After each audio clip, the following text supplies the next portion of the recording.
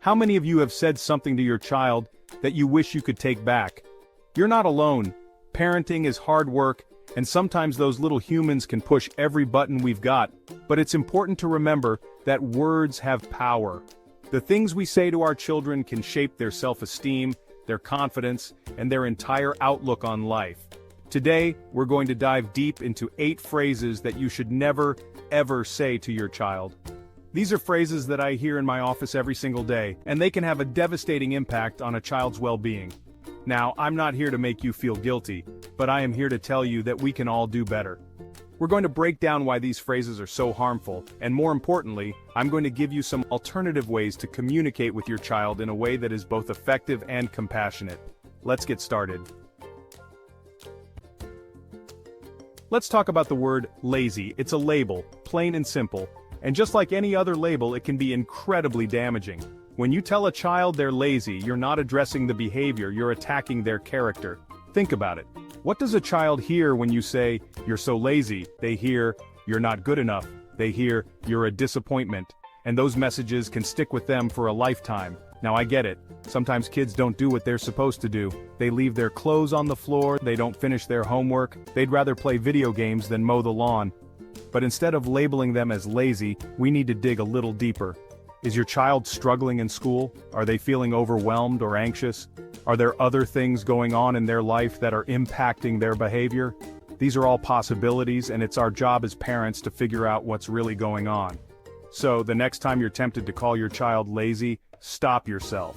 Take a deep breath, and instead of saying, "You're so lazy," try something like, "Hey, I noticed you haven't finished your chores yet. Is everything okay? Is there anything you need help with?"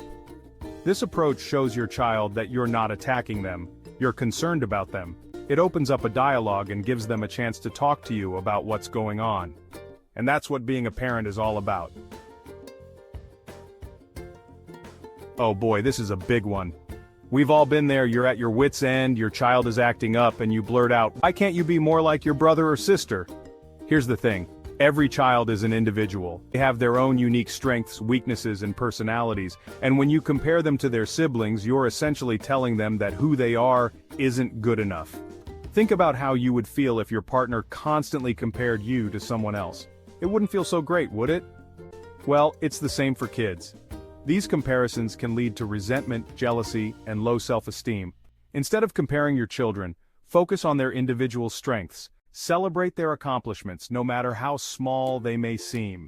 Encourage their interests and passions. So, the next time you're about to make a comparison, stop yourself. Instead of saying, "Why can't you be more like your sister who always gets straight A's?" Try this. "Hey, I know you're working hard in school. Let's sit down together and see if we can come up with a study plan that works for you." This approach shows your child that you believe in them and that you're there to support them in their own individual journey. Emotions are a natural part of life. We all experience them, and that includes our children. But sometimes, as parents, we try to shut down our children's emotions, especially when they're expressing them through tears. We might say things like, "Stop crying, it's not a big deal," or "You're being too sensitive." But here's the thing. All emotions are valid.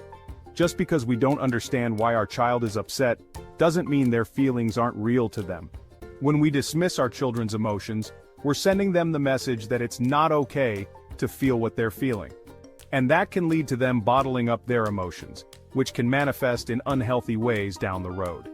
Instead of dismissing your child's emotions, try to validate them. Let them know that it's okay to feel sad, angry, or frustrated.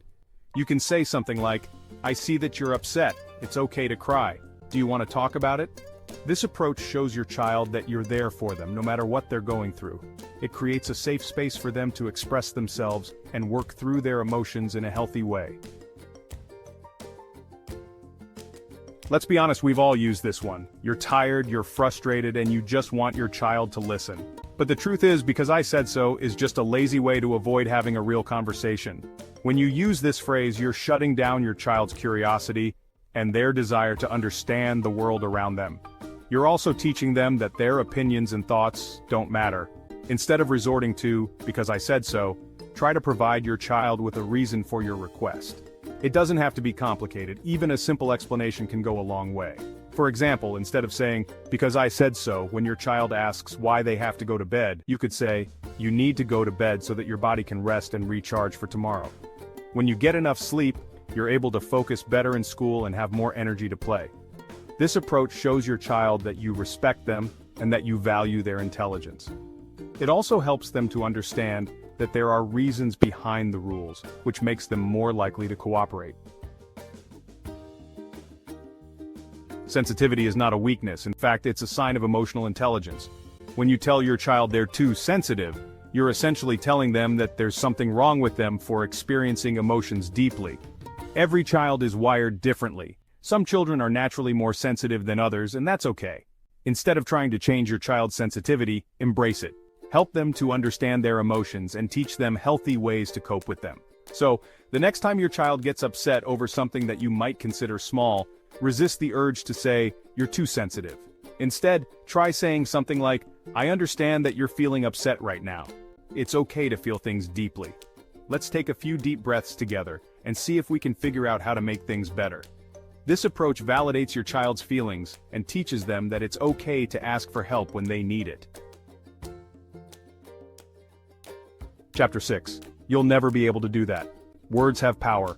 The things we say to our children can have a profound impact on their self-esteem and their belief in themselves. When you tell your child they'll never be able to do something, you're essentially setting them up for failure. You're planting a seed of doubt in their mind, and that seed can grow into a belief that they're not good enough. Now, I'm not saying that you should tell your child they can be anything they want to be. We all have our strengths and weaknesses, and it's important to be realistic. But there's a big difference between being realistic and being negative. Instead of saying, "you'll never be able to do that," try saying something like, "that's a challenging goal, but I believe in you. If you're willing to put in the hard work, I'm here to support you every step of the way." This approach encourages your child to dream big and to never give up on their goals, even when things get tough. Chapter 7. I wish you were never born. This one is tough to even talk about, but it's important. I know parenting can be incredibly stressful, and there are times when you might feel like you're at your breaking point.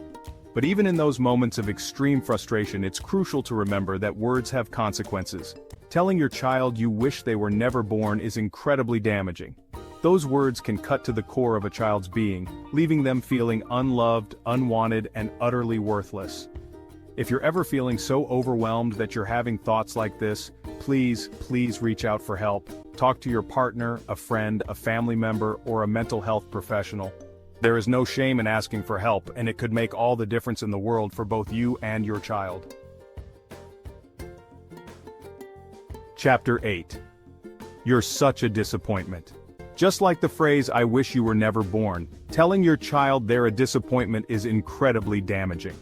These words convey a complete lack of acceptance, and can leave your child feeling like they can never measure up, no matter how hard they try. As parents, we need to remember that our children are not extensions of ourselves. They are their own people with their own thoughts, feelings, and dreams. And just because they don't always meet our expectations, it doesn't mean they're a disappointment. Instead of labeling your child, focus on their behavior. If your child does something wrong, address the behavior specifically, without attacking their character. For example, instead of saying, "you're such a disappointment," you could say, "I was really disappointed when you lied to me. It's important to be honest with me, even when you've made a mistake." This approach teaches your child that it's okay to mess up, as long as they learn from their mistakes. It also reinforces the importance of honesty and open communication. Outro: choose your words wisely.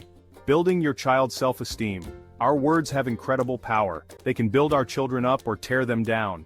As parents, it's our responsibility to choose our words carefully and to create an environment where our children feel loved, supported, and valued. Remember, it's okay to make mistakes. We all do. The important thing is that we learn from those mistakes and strive to do better next time. If you find yourself slipping up and using one of these phrases, don't beat yourself up about it. Just acknowledge the mistake, apologize to your child, and make a conscious effort to choose your words more carefully in the future. Now, I want to hear from you. What are some of the things you wish your parents had said to you more often? Share your thoughts in the comments below, and let's continue this important conversation.